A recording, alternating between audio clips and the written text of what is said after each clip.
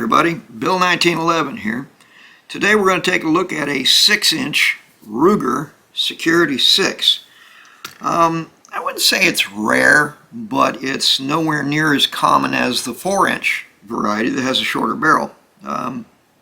This one also has an oversized grip on it. This was the second gun I ever bought. My first one was my Model 10 for law enforcement, and then there was this one. And this one is a very sweet shooting gun, shoots really well. That long barrel gives it some extra stability out there. When I talk about stability, what I mean is with a lightweight gun, when you're pointing it at the target, you get a lot of shimmer, okay? Any little vibration in your body and you get a lot of movement out of it. This has some extra weight out there, so it more swings than shimmers, okay? And that makes it a little easier to sight and a little easier to shoot. This does not have the white dot sights, things like that on it. It's just iron sights. And it shoots pretty well. I'm pretty happy with it, always have been. Now this is a 357 Magnum. I've had it for around 40 years. Like a lot of things down here, there are some places that it's got a little bit of rust on it here, but it's not too bad. When I bought this, it was a second-hand gun, and it wasn't perfect when I got it, and it certainly isn't perfect today. But it's a good shooting gun. So, as always, the first thing we want to do is we want to verify no ammunition in the gun. Okay? We also verify no ammunition in the workplace. It's a safety precaution that I feel is very well worth taking.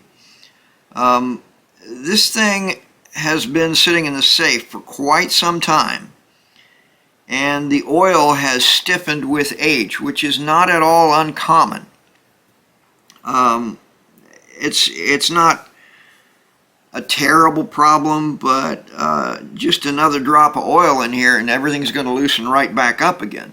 I always recommend using an oil that is formulated specifically for guns. This gun doesn't have any plastic parts in it at all. Again, it's a 40-year-old gun. Some do. Some oils don't mix well with some plastics. Now, honestly, I've never seen anybody, or I've never known of a problem where oil contamination has caused a problem with the plastic parts in guns. But it is always a possibility. Certain oils I have seen cause problems in different types of machines.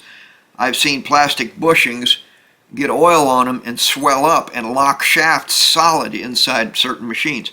So it does happen. So cleaning this thing is like any other revolver. I'm not going to go through the whole thing because this one is clean.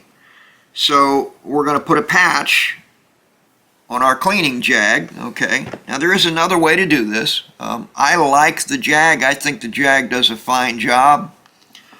Some people don't particularly care for it, so I'm going to show you another little tool. Okay, and this is called a ferrule or thimble. Okay, and what we do with this is we simply take our patch and we're going to fold it in half, and we're going to slip it through the slot on this thimble or ferrule, and that's what we're going to use in conjunction with a bore cleaning solvent. Whatever you like is fine. Hops makes a good one. This one is a military bore cleaner that I happen to be familiar with, and it was very inexpensive, so I bought a ton of it at the time. But you'll take this and you'll put it down your bore, and you'll wet the bore with that bore solvent. Get it all nice and wet inside, okay? And that's going to start the process of dissolving powder deposits, lead deposits, all the rest, okay? After you do that, you're also going to do the same thing with the cylinders. Now, the jag also does a fine job of cleaning all those while you're swabbing them out. Quite often with the jag, you don't have to go any further. It gets it clean. On occasion, you'll find some lead deposits, things like that, and you might want to use a bore brush on it.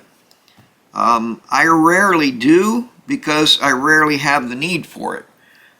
Jacketed bullets don't leave the deposits like lead bullets do. Now with this one, back in the day, I shot a lot of lead bullets through it, so I did get lead deposits, and when I would clean it, I would use a bore brush. Okay, this is a bore brush. All right, in order to use it, you simply unscrew what you have on your cleaning rod and deposit this on your barrel, or I mean on your rod. You're gonna install it. So there is one thing I wanted to run through with you, and that is when you're cleaning your bore, okay, with your bore brush, don't push it part way through and then change directions with it, because what happens is the bristles, as you push them down the barrel, kind of fold backward on the brush, and then when you change directions, it kinks those bristles. They actually bend in the middle, and the diameter of the brush shrinks. It gets smaller, so it doesn't have enough pressure on the sides of the barrel to get a good clean job on it. So when you push your brush through the barrel, okay, make sure that you push it all the way through till it comes out the other side, okay, and then change directions and go back the other way. All the way through and all the way back, okay? And that's going to increase the longevity of your bore brush dramatically. They will last a lot longer that way. You're going to oil your gun like you normally oil it. Now, I'm getting ready to film a video about oiling these guns. I've gotten a lot of people write in with questions about the amount of oil that I use on these firearms. And I'm going to tell you a little bit about it, just basically talk about it. Here in South Florida, we have extremely high humidity, okay? And we are on a peninsula that's surrounded by salt water. So a lot of the air that we have is actually mildly corrosive as far as metal is concerned, okay? Because it is evaporated seawater, it's salt water, okay? So down here, we rarely get temperatures below 85 degrees. And the winter time is the only time we see that. In the summer, it's 95, 99 degrees. It's hot, but it's also 90 to 95% humidity almost all the time down here. So it's really hot, and so we don't really have air conditioning down here just for comfort. It's also a necessity. Heat stroke is really something that does really happen down here in South Florida. So what happens is you'll take this gun out of your house that's nice and cool, and the metal will still be nice and cool in this gun. And the minute you walk out that door, this thing hits that cold or that hot, wet air and immediately starts to get condensation on it. Well, it's just not on the outside of the gun, it's on the inside of the gun too, where all the springs and all this rest is inside the side plate over here.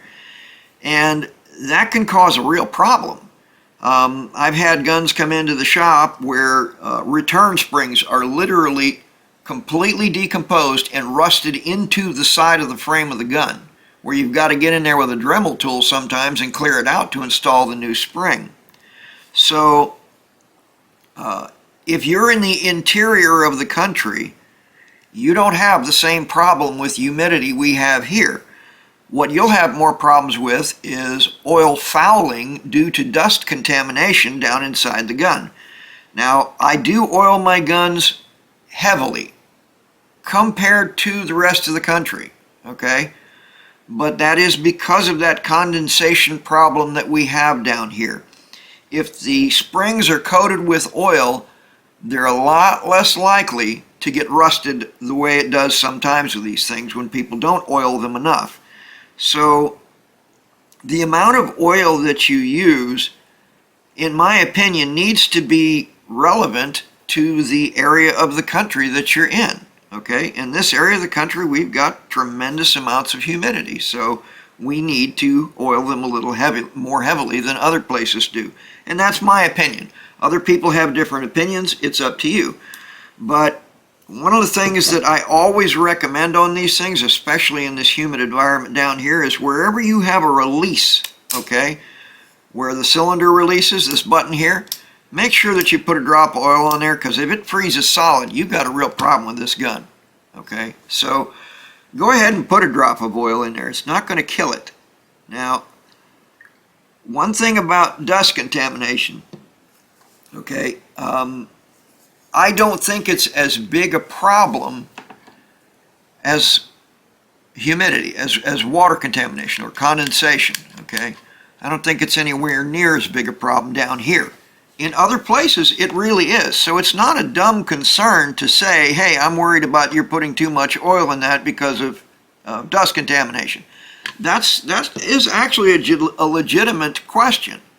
Okay, so we don't take questions like that and blow them off and say, well, they don't apply here, so they don't apply at all, because they do apply. All right, so I like to put a little oil on both sides of my trigger for the same reasons, because of that condensation. I don't want rust forming in there so that I can't operate the gun. Same with the hammer, okay? So we're just going to put a little oil here and there, all right? Wiggle things around a little bit, make sure everything is nice and free, all right? So again, remember that everybody has their own opinion on this subject. And I don't think any of those opinions are invalid, as long as they're well thought out opinions and they're not just something that's, well, I just think you're using too much or I think you're using too little. If there's a reason behind it, then I don't think any of those opinions are invalid. So please keep that in mind. And again, if you have a question about it, please don't hesitate to write in. I will do my best to answer your questions. Also, please understand, I do get a lot of mail, so it may take me a little while to get back with you. Please don't be frustrated with me. I'll get back to you as quickly as I can. So once we've got this little devil oiled up, we're pretty much there. Again, I wasn't going to run the patches through it because it's just a lot of time going back and forth with the patch, and I think we've covered about everything we need to. So this is the blued 6-inch Ruger Security 6 with an oversized grip. Now the oversized grip helps me because I have these monster mitts that, you know, wrap around everything 14 times. So that's just the way I was born. Can't help it. Big hands. So there we are. The Ruger Security 6 6-inch blued. Hey everybody, Bill 1911 here. To start with, I want to wish everybody a Merry Christmas and a Happy New Year, a Happy Hanukkah, whatever holiday you celebrate. I wish you joy this season.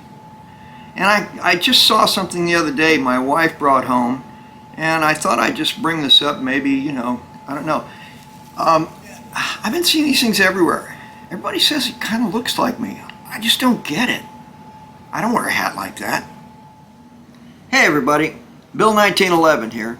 If you found this video to be helpful and informative, don't forget to like us. And please subscribe. And by all means, come to visit us at askbill1911.com. Also, I want to talk to you about something that's very important to us, and that's your safety. So please, don't try any of the things you see on our videos until you have thoroughly reviewed and understood our safety procedures. If you're under 18 years of age, do not try any of these topics without the express permission of your parent or guardian. Thank you.